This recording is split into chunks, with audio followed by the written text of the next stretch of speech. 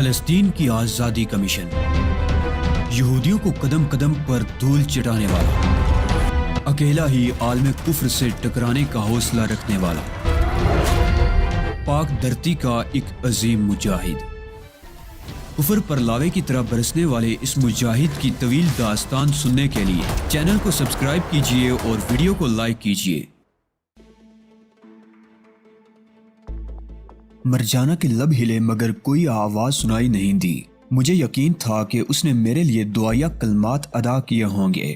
میں پلٹ کر باہر نکل آیا۔ پستول میرے ہاتھ میں تھا مگر تھیلے کے نیچے چھپا ہوا تھا اور میں کسی بھی لمحے فائر کرنے کے لیے تیار تھا۔ جھونپڑے سے باہر نکلتے ہی سردار اور پانچوں قزاق میری نگاہوں کے سامنے آ گئے۔ قزاقوں کے اونٹ اب بیٹھ چکے تھے اور خود پانچوں قزاق بھی اونٹوں سے اتر کر سردار سے ذرا دور کھڑے ہوئے تھے۔ پانچوں کے ہاتھوں میں سٹین گنیں دبی ہوئی تھیں۔ میں رقم کا تھیلا دونوں ہاتھوں میں اٹھائے سردار کی طرف بڑھنے لگا۔ ادھر آؤ مردود، درمیان والے قزاق نے کہا۔ تھیلا ادھر کہاں لے جا رہے ہو؟ لیکن تھیلا تو سردار نے منگوایا تھا، میں نے بوکھلائے ہوئے انداز میں کہا۔ ہم کہہ رہے ہیں تھیلا ادھر لے آؤ، قزاق نے داڑ کر کہا اور سٹین گن کا رخ میری طرف کر دیا۔ میں نے بے بسی سے سردار کی طرف دیکھا۔ ان کے کہنے پر عمل کرو، سردار نے جلدی سے کہا۔ میں نے مؤدبانہ انداز میں سر کو جنبش دی اور اپنا رخ تبدیل کر دیا۔ اب میں قزاقوں کی طرف بڑھ رہا تھا۔ پانچوں کی حریص نظریں تھیلے پر جمی ہوئی تھیں۔ ان کے قریب پہنچ کر میں رک گیا اور سوالیہ نظروں سے انہیں دیکھنے لگا۔ تھیلا یہاں رکھو اور دفع ہو جاؤ، درمیان والے قزاق نے جنجلائے ہوئے کہا۔ میں نے بڑی فرما برداری سے تھیلا زمین پر لڑکا دیا۔ میرے ہاتھ میں چھپا ہوا پستول ظاہر ہو گیا۔ میری انگلی پستول کے ٹرائگر پر تھی اور نگاہ ان پانچوں پر جمی ہوئی تھی، مگر ان میں سے ایک نے بھی نگاہ اٹھا کر پستول کی طرف نہیں دیکھا۔ ان کی بےتاب اور حریص نگاہیں تھیلے پر سے ہٹتی تو انہیں پستول دکھائی دیتا، مگر وہ تو مفت ہاتھ آ جانے والی دولت کے تصور میں مگن تھے۔ اس دولت کے تصور میں مگن تھے جس کا کہیں وجود ہی نہیں تھا۔ نخلستان پر قبرستان کا سا سناٹا مسلط تھا۔ پھر درمیان والا قزاق تھیلے کی طرف جھپٹا۔ اس نے اپنی گن ایک طرف پھینک دی تھی۔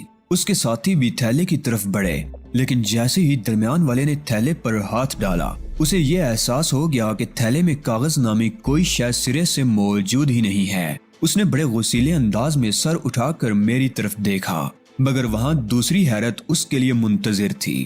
میرے ہاتھ میں دبے ہوئے پستول نے اس کے چہرے پر ناقابل یقین حیرت کے تاثرات بکھیر دیے۔ پھر قبل اس کے کہ وہ کچھ سوچنے سمجھنے کے قابل ہوتا، میں نے اس کی کھوپڑی پر فائر کر دیا۔ اس کے منہ سے کرب میں ڈوبی ہوئی چند لایانی آوازیں نکلی اور اس کے چہرے پر حیرت کے ساتھ ساتھ خوف اور کرب کے اثرات بھی منجمد ہو کر رہ گئے اور وہ پیچھے کی طرف الٹ گیا۔ اس کے ساتھیوں نے بڑی بے یقینی سے یہ منظر دیکھا اور انہوں نے اپنی سٹین گنیں سیدھی کرنے کی کوشش کی، مگر میری برقی سرعت نے انہیں مات کر دیا۔ یکے بعد دیگرے میں نے 4 فائر کیے اور ان چاروں کا حشر بھی اپنے ساتھی سے مختلف نہیں ہوا۔ چاروں کی کھوپڑیوں میں ایک ایک ہوادان نمودار ہو گیا تھا۔ وہ ایک بھی فائر کی حسرت لیے دنیا سے رخصت ہو گئے تھے۔ واہ، کیا سچا نشانہ ہے! میں نے سردار کی آواز سنی جو جپٹ کر میرے قریب آ گیا تھا۔ نخلستان کے سرے پر مورچوں میں موجود افراد نے میرے پستول سے ہونے والے فائروں کی آوازیں سن لی تھیں اور انہوں نے اپنا فرض انجام دینا شروع کر دیا تھا، اس لیے کہ اس جانب سے بندوقوں کے فائر کی آوازیں سنائی دینے لگی تھی۔ ان لوگوں نے نخلستان سے باہر صحرا میں موجود قزاقوں پر فائر کھول دیا تھا۔ پہلے حلے میں صحرا کی جانب سے متعدد چیخیں سنائی دی۔ یقیناً کچھ قزاق گولیوں کا نشانہ بنے تھے، لیکن اس کے بعد اس جانب سے جوابی فائرنگ شروع ہو گئی۔ گولیوں کا اس قدر شور تھا کہ کان پڑی آواز سنائی نہیں دے رہی تھی۔ قزاقوں کے اونٹ فائرنگ کی آوازوں کے عادی معلوم ہوتے تھے۔ ان پر ان آوازوں کا کوئی اثر نہیں ہوا تھا اور وہ بڑے سکون سے بیٹھے جگالی کر رہے تھے۔ قبیلہ جراتا کے کچھ لوگ جھونپڑیوں سے باہر نکل آئے تھے۔ انہوں نے آ کر قزاقوں کے اونٹوں پر قبضہ کر لیا تھا اور ان پر سجے ہوئے ہتھیار اتار رہے تھے۔ ٹھہر جاؤ، میں نے ان لوگوں کی تیزی دیکھ کر بوکھلائے ہوئے انداز میں کہا۔ اس ایک اونٹ پر موجود سارے ہتھیار یوں ہی چھوڑ دینا۔ میں نے اس اونٹ کی طرف اشارہ کیا جس پر درمیان والا قزاق سوار تھا۔ کیوں؟ سردار نے حیرت سے پوچھا۔ اس بات سے تمہارا کیا مطلب ہے؟ جس قزاق کا یہ اونٹ ہے وہ قزاقوں میں کسی نمایاں حیثیت کا حامل رہا ہوگا۔ میں نے کہا، وہ تو تھا، لیکن کیا تم اس کی حیثیت کی وجہ سے اس کے اونٹ پر ہتھیار سجے رہنے دینا چاہتے ہو؟ سردار نے متخیرانہ لہجے میں کہا۔ ہاں، میں سنجیدگی سے بولا، آپ ٹھیک سمجھے، میرا یہی مطلب ہے۔ سردار مجھے یوں دیکھنے لگا جیسے اس کے خیال میں میرا ذہنی توازن اچانک ہی خراب ہو گیا ہے۔ بستی کے لوگوں نے اس اونٹ کو چھوڑ کر بقیہ چاروں اونٹوں کو ہتھیاروں سے خالی کر دیا تھا۔ سنیں سردار، میں نے ہاتھ اٹھا کر کہا، آپ کے لوگوں نے قزاقوں کو جانی نقصان ضرور پہنچایا ہے، مگر فائرنگ کی آوازوں سے اندازہ ہوتا ہے کہ قزاقوں نے اب پیچھے ہٹ کر پوزیشن لے لی ہے۔ اس کا مطلب یہ ہوا کہ اب اگر ہم انہیں ٹھکانے لگانا چاہیں تو ہمیں نخلستان سے باہر نکلنا پڑے گا۔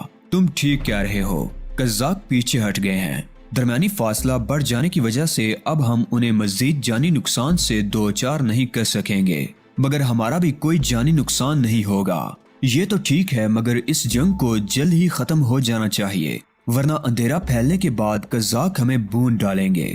میں نے کہا، یہ بات تو میں بھی سمجھ رہا ہوں، لیکن ہمارے پاس اس کا کوئی توڑ بھی تو نہیں ہے، علاوہ اس کے کہ ہم قزاقوں سے ہاتھ آئے ہوئے اسلحے کو مزید لوگوں میں تقسیم کر کے انہیں بھی قزاقوں کے مقابلے میں بھیج دیں۔ اسلحے کی تو اب کوئی کمی نہیں رہی، ہم ساری رات قزاقوں کا مقابلہ جاری رکھ سکیں گے، اس سے مسئلہ تو حل نہیں ہوگا۔ میں نے کہا، ہمیں تو جلد از جلد قزاقوں کو ٹھکانے لگانا ہے۔ تمہارے انداز سے یوں محسوس ہوتا ہے جیسے تمہارے ذہن میں اس مسئلے کا کوئی حل موجود ہے۔ سردار نے کہا، میرے ذہن میں ایک منصوبہ تو ہے، مگر پہلے یہ بتائیں کہ جو لوگ قزاقوں سے مقابلہ کر رہے ہیں ان کے نشانے کیسے ہیں؟ میں نے کہا، وہ سب کے سب بہترین نشانے باز ہیں۔ سردار نے کہا، آپ ان کے نشانے پر کس حد تک اعتماد کر سکتے ہیں؟ میں نے پوچھا، میں ان کے نشانوں پر آخری حد تک اعتماد کرتا ہوں سیدی علی، لیکن یہ تو بتاؤ کہ تمہارے ذہن میں کیا منصوبہ ہے؟ ان قزاقوں کے لباس دیکھ رہے ہیں؟ میں نے کہا، یہ مخصوص رنگ اور خاص قسم کے لباس ہیں، اور دور سے بھی ان لباسوں کو علیحدہ شناخت کیا جا سکتا ہے۔ مجھے یہ بات پہلے سے معلوم ہے، لیکن اس سے تمہارے منصوبے کا کیا تعلق ہے؟ بہت گہرا تعلق ہے سردار محترم۔ میں نے کہا، میرا ارادہ ہے کہ یہ لباس پہن کر اور اس اونٹ پر سوار ہو کر میں نخلستان سے باہر نکلوں۔ نہیں، سردار نے مضطربانہ انداز میں کہا، یہ سراسر خودکشی ہوگی اور میں تمہیں اس کی اجازت نہیں دوں گا۔ پوری بات تو سنیں، اس کے بعد تبصرہ کریں۔ منصوبہ یہ ہے کہ جیسے ہی میں قزاق کے لباس میں اس کے اونٹ پر سوار ہو کر نخلستان سے باہر نکلوں گا، مورچوں میں متعین لوگ مجھ پر فائرنگ شروع کر دیں گے، مگر وہ جان بوجھ کر غلط نشانے لیں گے تاکہ مجھے یا اونٹ کو کوئی گولی نقصان نہ پہنچانے پائے۔ قزاق تو لباس اور اونٹ کی وجہ سے یہی سمجھیں گے کہ میں ان کا ساتھی ہوں، لہٰذا مجھے ان کی طرف سے کوئی خطرہ نہیں ہوگا۔ دوسری طرف بستی کے لوگ بھی صرف دکھانے کے لیے مجھ پر فائرنگ کریں گے، لہٰذا میں دونوں طرف سے محفوظ رہوں گا۔ میں تمہارا مقصد سمجھ گیا، لیکن قزاقوں کے نزدیک پہنچنے کے بعد تو تمہاری اصلیت ان سے پوشیدہ نہیں رہ سکے گی۔ سردار نے کہا، ایک بار میں ان کے نزدیک پہنچنے میں کامیاب ہو گیا تو پھر مجھے ان کی طرف سے کوئی خطرہ نہیں رہے گا۔ نہیں، اس میں تمہاری جان کو شدید خطرہ لاحق ہوگا، اور میں ایسی کسی تجویز کے حق میں نہیں ہوں۔ سردار نے دو ٹوک لہجے میں کہا، کیا میری تجویز ٹھوس نہیں ہے، ناقابل عمل ہے، یا اس میں کوئی جول ہے؟ آخر آپ کیوں میری مخالفت کر رہے ہیں؟ میں یہ تو نہیں کہہ رہا کہ تمہارا منصوبہ کمزور ہے، میں تو یہ کہہ رہا ہوں کہ اس میں تمہاری زندگی کو خطرہ لاحق ہوگا۔ وقتی طور پر تو قزاق دھوکہ کھا جائیں گے، مگر جب تم ان کے پاس پہنچ جاؤ گے تو اس کے بعد کیا ہوگا؟ کیا ہوگا؟ میں کوئی چوڑیاں پہن کر تو نہیں جاؤں گا، میں پوری طرح مسلح ہوں گا۔ اگر انہوں نے مجھے پہچان لیا تو بھی کیا ہوگا؟ میں انہیں بھون کر رکھ دوں گا۔ کیسی باتیں کر رہے ہو سیدی؟ تم کتنے قزاقوں کو ٹھکانے لگا سکو گے؟ نہیں، یہ خطرہ مول لینا حماقت ہوگا۔ خطرہ تو مول لینا ہی پڑے گا سردار، میں نے جھنجھلا کر کہا۔ یوں ہاتھ پر ہاتھ دھرے بیٹھے رہنے سے تو کچھ بھی نہیں ہوگا۔ اگر تم اس منصوبے پر عمل کرنے کے لیے اس قدر بضد ہو تو ٹھیک ہے۔ سردار نے طویل سانس لی۔ منصوبے پر عمل ہوگا، مگر اس ترمیم کے ساتھ کہ تمہارے بجائے بستی کا کوئی اور آدمی قزاقوں کے بیس میں جائے گا۔ کیا؟ میں حیرت سے منہ پھاڑ کر بولا، نہیں، بستی کا کوئی آدمی یہ کام ٹھیک طور پر نہیں کر سکے گا۔ کیوں نہیں کر سکے گا؟ سردار نے جرا کی، اس میں کرنے کو رکھا ہی کیا ہے؟ قزاقوں کے نزدیک پہنچ کر انہیں ٹھکانے ہی تو لگانا ہے۔ یہ کام تو کوئی بھی کر لے گا۔ بحث مت کریں ابو الحسن، میں نے بنا کر کہا، ہم اس وقت حالت جنگ میں ہیں اور جنگ میری کمان میں لڑی جا رہی ہے۔ جب تک یہ جنگ جاری ہے بستی کے سردار آپ نہیں میں ہوں اور آپ میرے نائب ہیں۔ یہ فیصلہ کرنا میرا کام ہے کہ کب کیا کرنا ہے اور کون سا کام کسے سر انجام دینا ہے۔ وہ تو ٹھیک ہے، لیکن تم ہمارے مہمان بھی ہو، اگر تمہیں کوئی نقصان پہنچ گیا تو میں آپ کو حکم دیتا ہوں، میں نے باوقار انداز میں کہا۔ مورچوں میں متعین افراد کو یہ پیغام بھجوا دیں کہ جب میں قزاق کے بیس میں نخلستان سے باہر نکلوں تو مجھ پر فائرنگ کی جائے، مگر اس طرح کی جائے کہ مجھے یا میرے اونٹ کو کوئی معمولی سی گزند بھی نہ پہنچنے پائے۔ ابو الحسن کے چہرے پر شدید بے بسی کے تاثرات تھے۔ بہت بہتر، اس نے مردہ انداز میں کہا اور سر جھکا لیا۔ میں آگے بڑھا اور اس مردہ قزاق کے جسم سے لباس اتارنے لگا جو سردار سے باتیں کرتا رہا تھا اور جس کے بارے میں میرا اندازہ تھا کہ وہ اپنے گروہ میں کسی نمایاں حیثیت کا حامل رہا ہوگا۔ سردار نے 4 افراد کو میرا پیغام دے کر مورچوں میں متعین لوگوں کی طرف روانہ کر دیا تھا۔ آپ کی ہدایت کے مطابق پیغام روانہ کر دیا گیا ہے سردار محترم۔ سردار ابو الحسن نے مجھ سے کہا، مجھے شرمندہ کرنے کی کوشش مت کریں سردار۔ میں نے کہا، سردار آپ ہیں اور آپ ہی رہیں گے، لیکن جہاں انتہائی ضروری ہوگا وہاں میں اپنی بات پر اسی طرح اصرار کروں گا۔ ٹھیک ہے سیدی علی، تم میرے مقابلے میں بہت بہتر قوت فیصلہ کے مالک ہو، تم نے فیصلہ کیا ہے تو یقیناً کچھ سوچ کر ہی کیا ہوگا۔ ہاں سردار محترم، بالکل یہی بات ہے، میرے ذہن میں بہت کچھ ہے، لیکن میں یہاں بیٹھ کر کچھ نہیں کر سکتا۔ قزاقوں کے پاس پہنچنے کے بعد پتہ نہیں کن حالات سے دوچار ہونا پڑے۔ اس وقت تو فوری فیصلہ کرنا ہوگا اور ان کے مقابلے میں یقینی کامیابی حاصل کرنے کی کوشش کرنی ہوگی۔ کیا آپ کی نظر میں بستی کا کوئی ایسا آدمی ہے جو بدلتے ہوئے حالات میں تیزی سے فیصلے تبدیل کر سکے؟ نہیں، بستی میں ایسا کوئی آدمی نہیں ہے، لیکن میں صرف اس لیے تمہیں روکنے کی کوشش کر رہا تھا کہ تم نے اپنی زندگی ایک بہت بڑے مقصد کے لیے وقف کر رکھی ہے۔ تمہاری حفاظت کرنا ہر مسلمان کا فرض ہے۔ اگر یہ بات نہ ہوتی تو میں ہرگز اتنی شدومت سے تمہاری مخالفت نہ کرتا۔ یہ صرف انداز فکر کا فرق ہے سردار محترم۔ کوئی نہیں جانتا کہ مستقبل کے پردے پر کیا لکھا ہوا ہے۔ ہر شخص اپنی طرف سے بہتری کی ہی سوچتا ہے، مگر اسے نہیں معلوم ہوتا کہ جو کچھ وہ کر رہا ہے اس کا انجام کیا ہوگا۔ میں آپ کو اپنی بات ایک مثال کے ذریعے سمجھانے کی کوشش کرتا ہوں۔ آپ کو یاد ہے آج صبح بھی آپ نے مجھ سے یہی بات کہی تھی کہ چونکہ میری زندگی کا ایک بڑا مقصد ہے لہٰذا میں قزاقوں کے چکر میں نہ پڑوں اور ان کی آمد سے قبل ہی یہاں سے نکل جاؤں۔ ہاں، میں نے یہ بات کہی تھی، مجھے یاد ہے، سردار نے کہا، اور میرے خیال میں میری بات کچھ ایسی زیادہ غلط بھی نہیں تھی۔ میں آپ کو یہی سمجھانے کی کوشش کر رہا ہوں سردار محترم، میں نے نرمی سے کہا۔